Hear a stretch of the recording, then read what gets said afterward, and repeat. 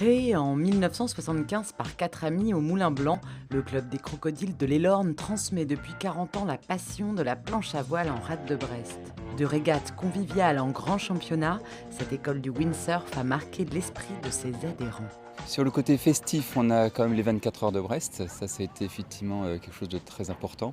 C'était des équipes, des coureurs qui naviguaient pendant 24 heures sur l'eau, avec des spots qui étaient là pour éclairer la rade la nuit, pour qu'ils puissent faire des tours. Donc voilà, des ronds dans l'eau pendant 24 heures. Ici, en 1976, la fameuse planche à 4, construite pour impressionner les concurrents au championnat d'Europe et qui avait donné lieu à une traversée mémorable entre Brest et Ouessant. Une ambiance familiale qui n'est pas incompatible avec le haut niveau, avec 12 titres en championnat du monde, 6 en championnat d'Europe et 2 médaillés d'or olympiques.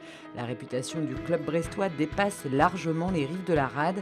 Alors, c'est quoi l'esprit croco ? C'est vrai que j'y ai trouvé, moi, à la fois un groupe d'amis, une pratique de compétition, donc par ma passion. La dernière manche des Jeux était en direct et je savais que les crocos étaient derrière leur écran. Donc, quelque part, ils étaient avec moi aussi sur la dernière manche des Jeux. Et à l'inverse, de me dire, c'est un stress parce qu'il y a du monde qui me regarde, je l'avais pris comme une force à me dire, voilà, je suis soutenue et pour eux aussi, il faut que je sois forte dans ces moments-là. Et la relève semble assurée pour les crocos. Les jeunes véliplanchistes continuent de décrocher des titres comme Lucie Belbéoc, championne du monde en 2014 en Big Techno, ou encore Louis et Manoa qui, du haut de leurs 10 ans, rêvent déjà de haut niveau mais veulent surtout se faire plaisir. Dans le club des crocos, c'est un club solidaire, je trouve. Il n'y en a jamais un qui est tout seul. Tout le monde s'entraide. Ce samedi, les crocos fêteront dignement leurs 40 ans. Forcément, ça se passera sur la rade avec une régate festive.